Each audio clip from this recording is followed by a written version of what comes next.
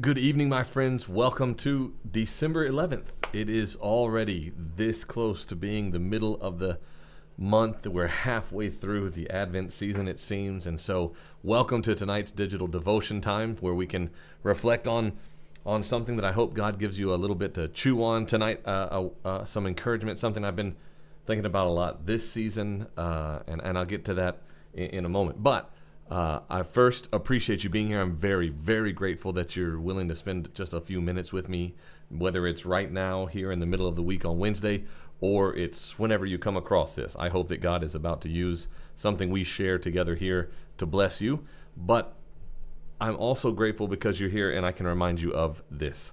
I cannot tell you enough about how proud I am of the community choir that God has allowed to get started here in Louisville, in Winston County, in wherever everyone may be coming from to be a part of this group. I am so grateful for them, their work, their desire to sing and to create something beautiful. Their Christmas concert is this coming Tuesday, December 17th at 7 p.m., and it will be at First Baptist Church in their sanctuary here in Louisville. So if you're in the area, if you can make it to this concert, as I have said on social media somewhere else, I give you my word, you will not leave disappointed. We were able to, First Baptist has been so gracious. Everyone is so kind. They let us, even though there was a Christmas parade going on and plenty of things to be dealing with, we were able to practice on Monday night, this past Monday night, in the sanctuary. It just sounds fantastic. They are a talented group of people. There is some beautiful music to share, and so I just hope that you can make that a part of your Christmas season. I know there's a ton of things going on, and I realize that what I'm doing is asking you to do another thing. But come 7 p.m.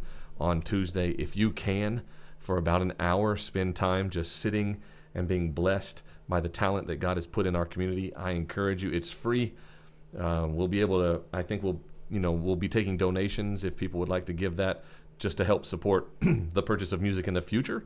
But there is no cost. There's no ticket. There's no reservation. There's nothing like that. You just show up and you be there with others to let God bless you with the beauty that He's sharing through these people. It is a fantastic concert. There are some really, really sweet moments. And so I hope you can be a part of it. I sure do. And as we think about the Christmas season, it's on everybody's mind. I've got my same sweater I had on Sunday because school hasn't seen it yet, and I need them to think that I have a Star Wars sweater for every day of the week. And so far it's working. They're like, exactly how many of these do you have? And I'm like, more than to this. So, but I'm running out. But anyway, been thinking about this topic for weeks now as we've gotten close to December, and made a confession to the community choir on Monday that it's taken me longer than normal to try to find my Christmas spirit. And I'm not really sure why. It could just be the ramifications of all the things that God has allowed us to be a part of and kind of experience and on some level survive in a couple of spots, all of the things that happened in 2024. It could be some of the illnesses that I know people are dealing with, and I feel so helpless in the midst of all of that, whether they're immediate family or part of my faith family or just community members that I know and share life with, and I can't help them. I don't know what would be useful, and so that is a burden, and just, I don't know what it is, but something that I have been spending time thinking as I can, thankfully, I praise God, feel the well of excitement about the season. And so many of you know, when you get to a certain age, it isn't about getting presents. It's not, you're the one buying all of it. So it's not about, it's just the spirit of the season and finding that, being still and looking for that. It's something I've been coming back to multiple times. The Christmas narrative in the Bible technically spans Luke chapter 1 and 2, Matthew chapter 1 and a little bit of 2, if we're going to include those wise guys. And something that happens in the beginning of that narrative. Sometimes we, rightly so, very focused on Mary, Gabriel, then Joseph, then birth in Bethlehem. But before that, 5 and 6 months before that, a man named Zechariah walks into the temple because it's his time, it's his turn to serve and to burn incense and to make prayers for the people. Now, the Old Testament, date-wise, I'm sure many of you know it. The dating, like if we were putting things in chronological order, the last books of the Old Testament would be Ezra and Nehemiah. Now, if my count is right, there's more books after Ezra and Nehemiah than there are in front of it. So it seems kind of weird to say that's the end, but that is technically the end of the Old Testament if we're going in chronological order.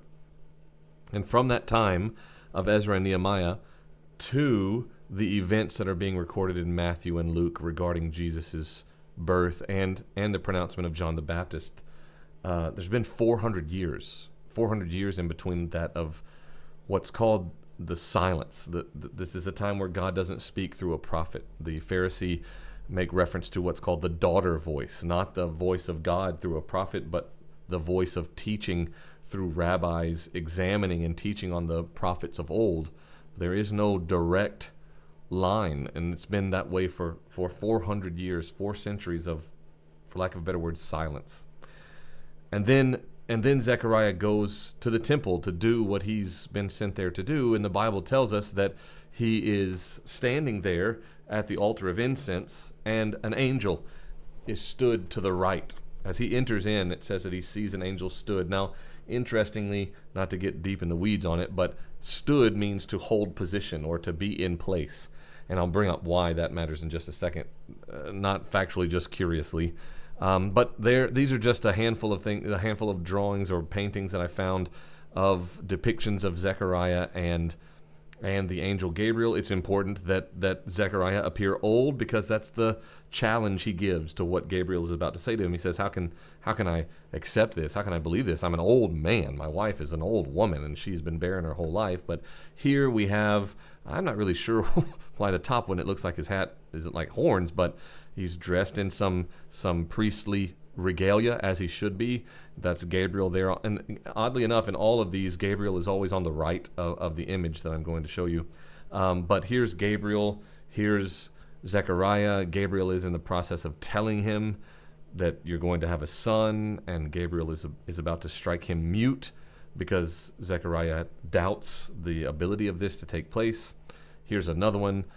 Maybe, I don't know, you can see the menorah there and the altar and all that stuff, but maybe this is when he's being rebuked. You see the smoke on the artwork representing the altar of incense that he's put burning things there. And then here's another one. I like this one. You can zoom in a lot more on this one. I haven't here, but you can tell that the texture of what it was painted on. And here maybe Gabriel is pointing up the light there at the top. This God is making this possible. This is how this is going to be possible. You see the incense burner that he's holding, and the altar, the menorah there, and he's dressed appropriately in that garb. Now, the only reason I was making some deal about, because it says he stood at the right of the altar, is because we often think that angels look like this, some humanization of we would normally say more feminine features, more gentle features, but a person nonetheless, when there is the possibility that what's stood there beside the altar looks a little something like that. And so, as I have said before, there are reasons perhaps that it always says, do not be afraid, as it does say in the verse that I'd like to just point to today. One more reminder, there's a concert celebrating the truth of all of this this Tuesday. But here, this is my last representation of Zechariah, and this is megapixely because it was such a small little picture I could find. I couldn't find like a bigger one. This is from the movie The Nativity Story. If you've heard ever me tell you this, then you have to hear it again. And if you've never heard me, this is the best telling of the narrative of Jesus' birth that I've ever seen put to film. Is it 100% accurate? No. Is it very close and very well done? Yes. Please see it. Please buy it, rent it, stream it, own it. I don't know.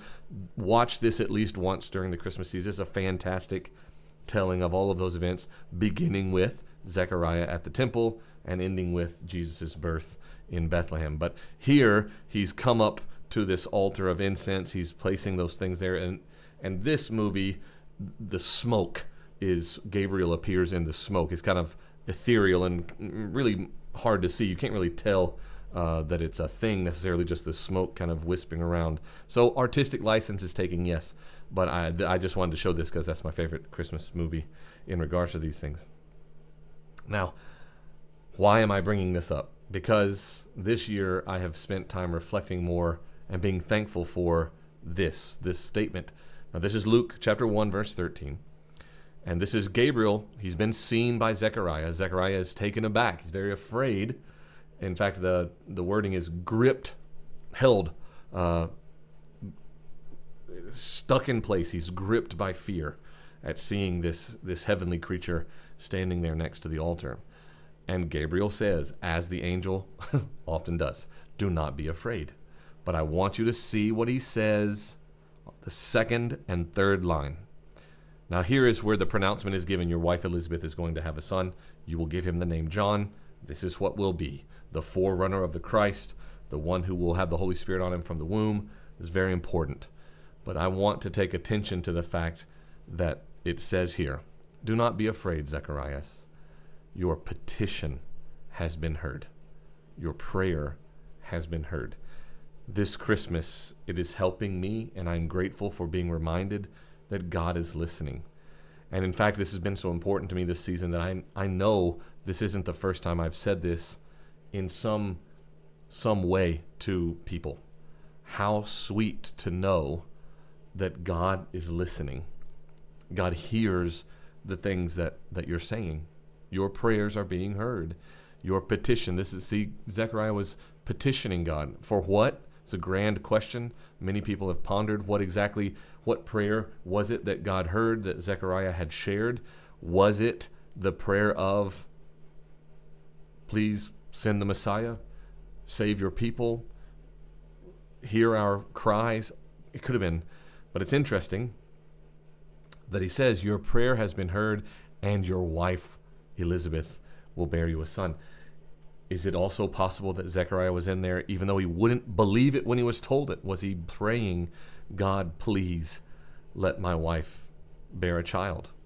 I don't know. I just think it's a sort of a sweet thing to ponder. What matters, though, is that whatever it was that was being prayed, God was listening to it. And today, I think we are struggling in the world, maybe not as individuals, and if not you, God bless. I'm so grateful for that. But I think many today maybe are struggling with, God, are you listening? God, are you there? And even though it had been plenty of silence for plenty of time for people to think that he wasn't listening, the sweet truth was spoken over Zechariah's ears. Your prayer, your petition has been heard. God has been listening. And the truth that belongs to you today, that belongs to me. God is listening. God is hearing you this Christmas season, just like he was hearing you during Thanksgiving and in October and in September, just like God is listening to us every day. The sweet good news is that God is listening. God hears your pain. God hears your suffering, your sorrow. He hears you. And perhaps even better news is he is answering. Whether that answer is seen through the Christ, seen through the Advent that we celebrate during Christmas, whether that answer is given to you directly and immediately in your meditation on his word, however that answer comes, the truth is God will answer you. The truth is he is listening, he is answering, and he has made all things whole. I am grateful for that in the midst of a season where many things aren't whole in my little sphere of life. And I say that to say it's okay. It's okay because God is listening, and it's okay because God is handling.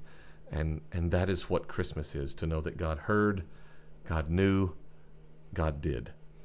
And so I just encourage you to be reminded, maybe not from an angel standing next to an altar, but the truth that applies here applying to all of us. God is listening to the words you say as you pray to him, as you petition him.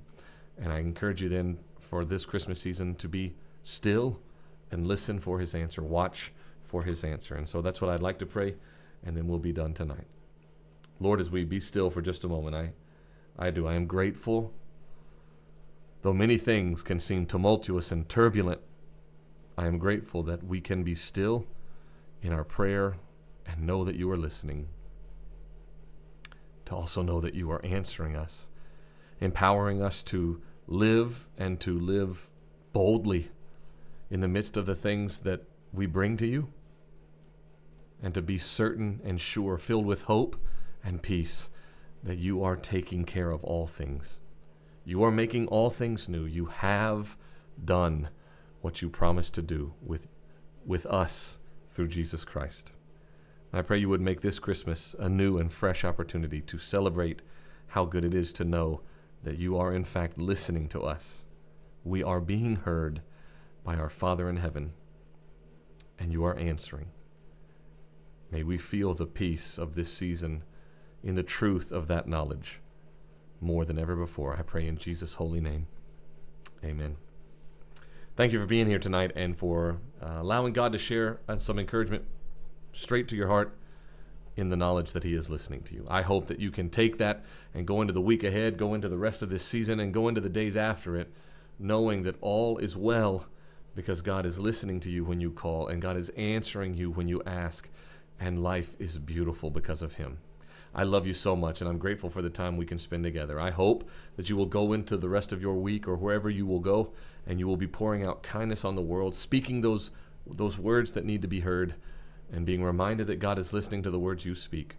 And doing all of that because Jesus Christ has poured out kindness and goodness on you.